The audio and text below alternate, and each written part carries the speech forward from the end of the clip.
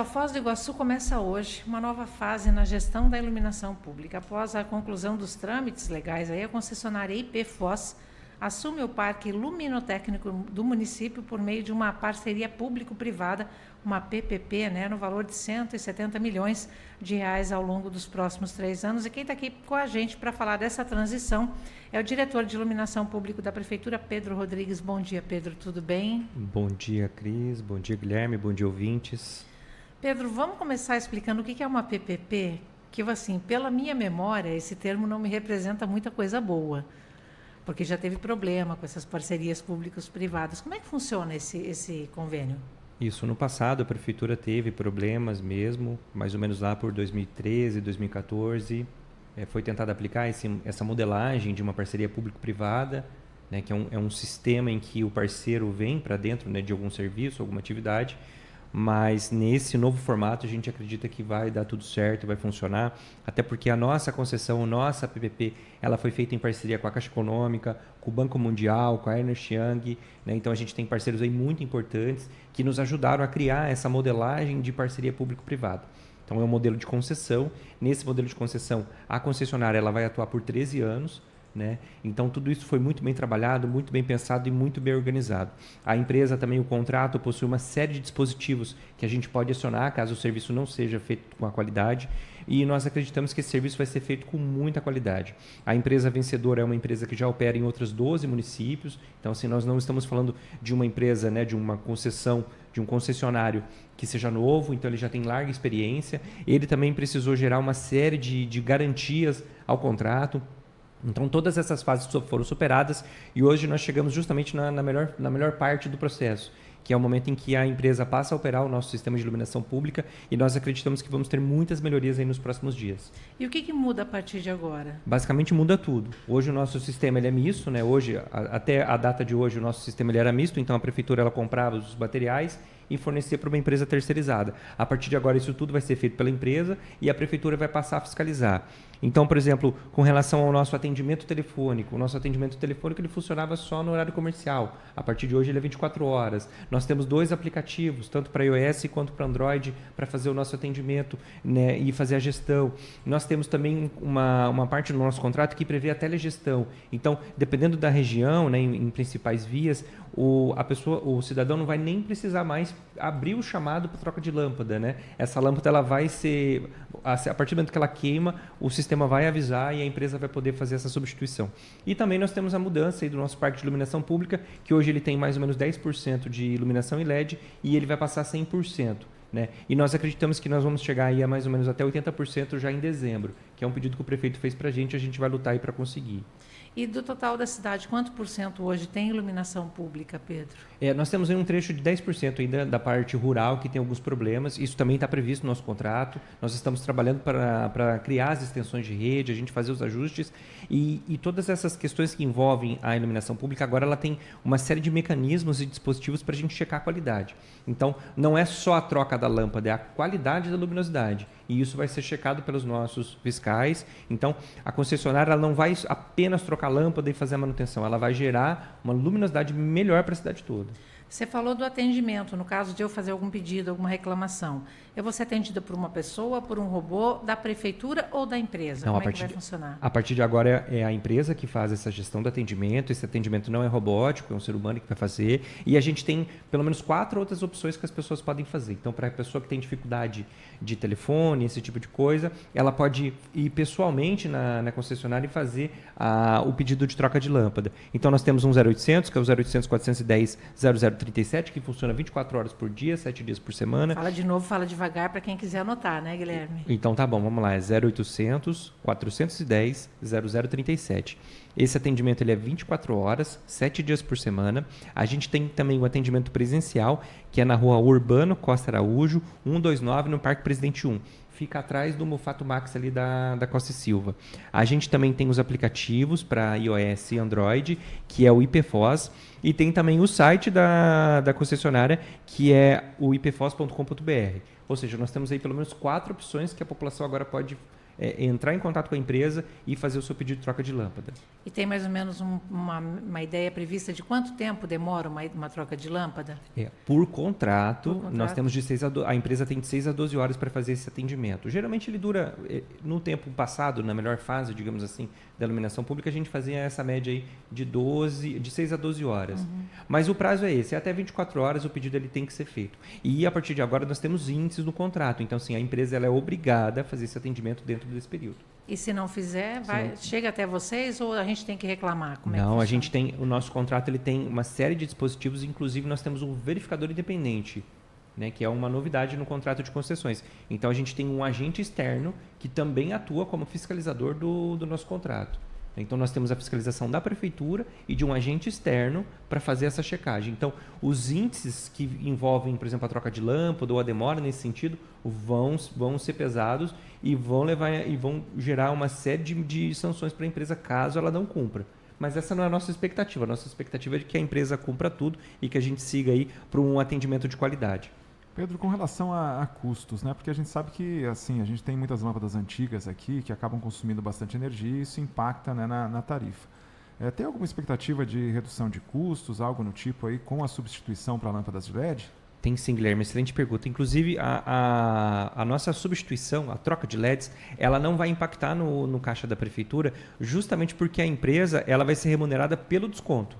Então, a cada vez que ela faz uma troca de lâmpada, de uma lâmpada comum para a lâmpada de LED, vai existir um desconto na conta de energia, que nós acreditamos, pelos nossos cálculos, ele vai dar um desconto de mais ou menos 40%. Então, com essa diferença de 40% da conta que a gente paga hoje para a conta que a gente vai pagar no futuro, é o valor que a empresa vai ser remunerada. Então, para ela, vale muito a pena ela fazer essa substituição e colocar a melhor lâmpada mais eficiente, porque justamente ela vai ser remunerada justamente por essa diferença. E a melhor lâmpada vai trazer também menos manutenção, ou seja, é de interesse de todos aí no caso, né? Exatamente, e principalmente da empresa, né? Porque se ela tiver uma redução no número de manutenção, ela vai ter também uma redução no número do custo operacional dela. Lembrando também que o LED, por si só, ele já gera menos manutenção, né? Então, o nosso conjunto anterior, ele tinha um relé, um reator e a lâmpada, um conjunto muito grande, né? Que são vários equipamentos que podem dar problema e hoje é um equipamento só, né? Então, a gente acredita, e nós já vimos em outras cidades, Toledo aqui tem o modelo de concessão, Curitiba, né? As principais cidades têm esse modelo e nós fomos até lá, a gente verificou com os técnicos deles e os nossos e nós percebemos que tem uma redução muito grande no número de atendimentos depois que a gente faz a substituição. Você falou das lâmpadas de LED agora. Vocês vão começar a trocar quando? E por que Jupira, Vila Portes e Morumbi foram priorizados, Pedro?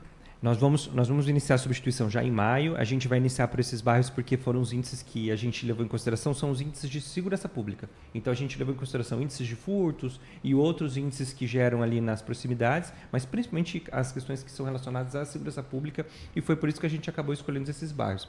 Lembrando também que são bairros que são, né, a parte da Vila Portes é um bairro que é comercial, né, então no período da noite realmente é muito escuro, o Jupira também tem essa questão e o Morumbi foi o bairro, digamos assim, que residencial que a gente acabou optando por fazer essa escolha.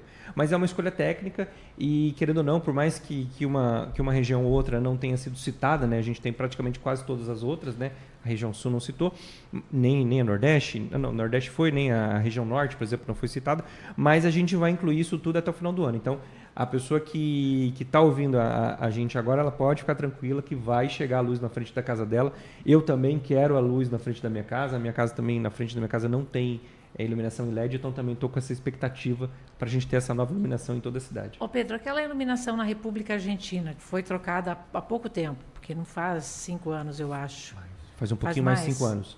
Ela vai ser trocada também ou ela já é de LED e continua? Ela vai ser trocada também porque, na época, o prazo de garantia dela era de mais ou menos 5 anos. Então, o ciclo dela já está indo para o final. E aí, assim, elas vão ser substituídas, provavelmente elas não serão substituídas agora, porque elas estão funcionando, mas num prazo curto aí, com certeza elas também serão substituídas. Até porque a gente também está usando uma cor de luz um pouco diferente da que a gente tinha antes. Amarela? Ela é um pouquinho mais amarela. Antigamente ela era neutra, e aí a gente, com os estudos que a gente fez com o Banco Mundial, com a Ernst Young, com a Caixa Econômica, a gente definiu uma cor de lâmpada um pouquinho mais amarelada. Mas não muito amarela também. Mas ela é só um pouquinho mais, porque o modelo anterior que a gente tinha, ela era neutra. E Nossa, dela é dava muito branco, gente. ela dava uma percepção um pouco diferente. Eu acho que isso é importante até dizer. Então, as novas lâmpadas, né? Porque assim, hoje em dia a gente tem 880 aqui em Foz. Aquela lâmpada mais alaranjada, né? Que é a mais antiga. Daí a lâmpada de LED, quando a gente sai de uma avenida, né? Aquela iluminação branca e entra numa rua com as outras lâmpadas, a gente já percebe a diferença. Os novos modelos aí, eles serão de LED, mas um pouquinho mais amarelados, é isso? Isso, exatamente. E a gente vai uniformizar tudo, né? Então a gente também tem problemas de regiões que a gente tem uma lâmpada mais forte, uma lâmpada de 250, aí a gente sai da 250 e vai para 100, aí de repente a gente passa para uma de 100 de LED, né? Isso tudo vai ser uniformizado. Então os bairros vão ter um modelo, as vias principais vão ter outro modelo, então tudo isso vai ser uniformizado até o final do ano. Isso que eu ia te perguntar, que tem bairro que enfrenta falta de braço de luz, digamos assim, ou trechos menos iluminados.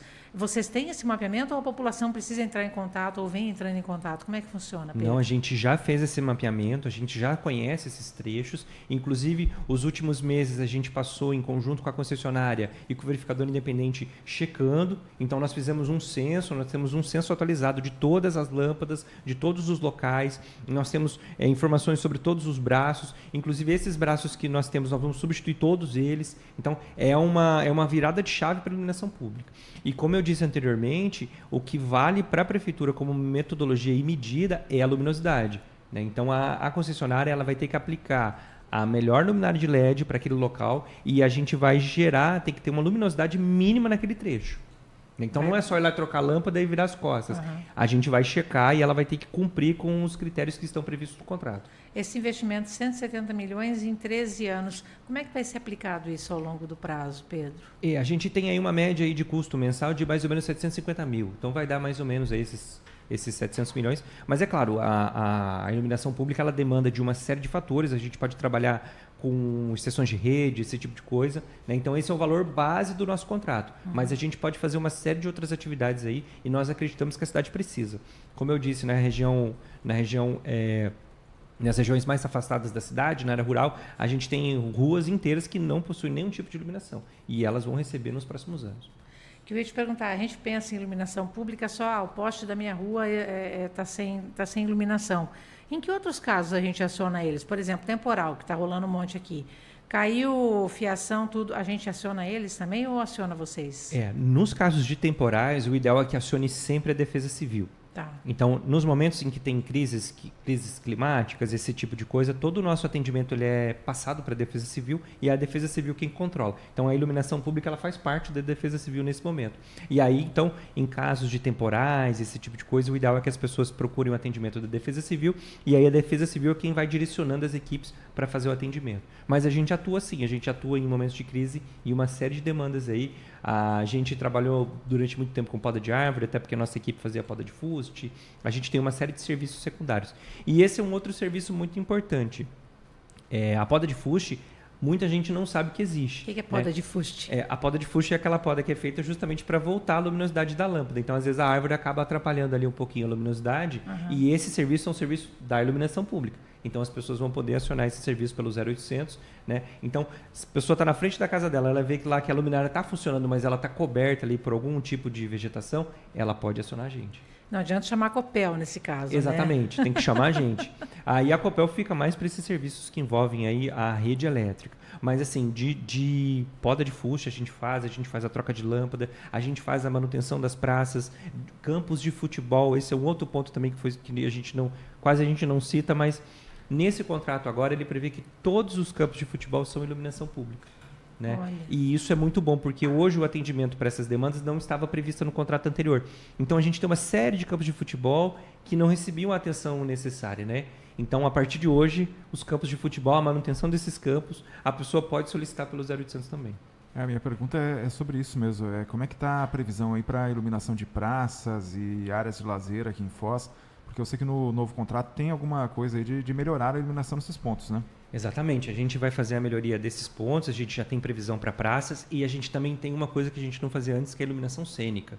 Então, nós temos aí pelo menos pelo menos 15 locais que a gente vai atuar já nos próximos dias. Então, a sede da Prefeitura, a Avenida Pedro Basso, o acesso do Marco das Três Fronteiras, todos esses locais nós já temos projetos para melhoria da iluminação.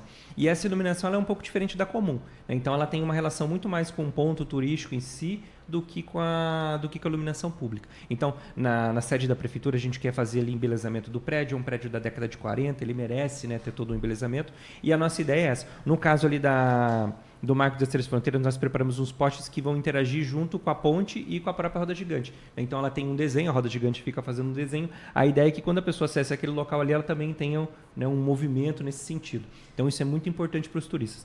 E as praças também. Nós temos pontos históricos também, lá na região do Morumbi.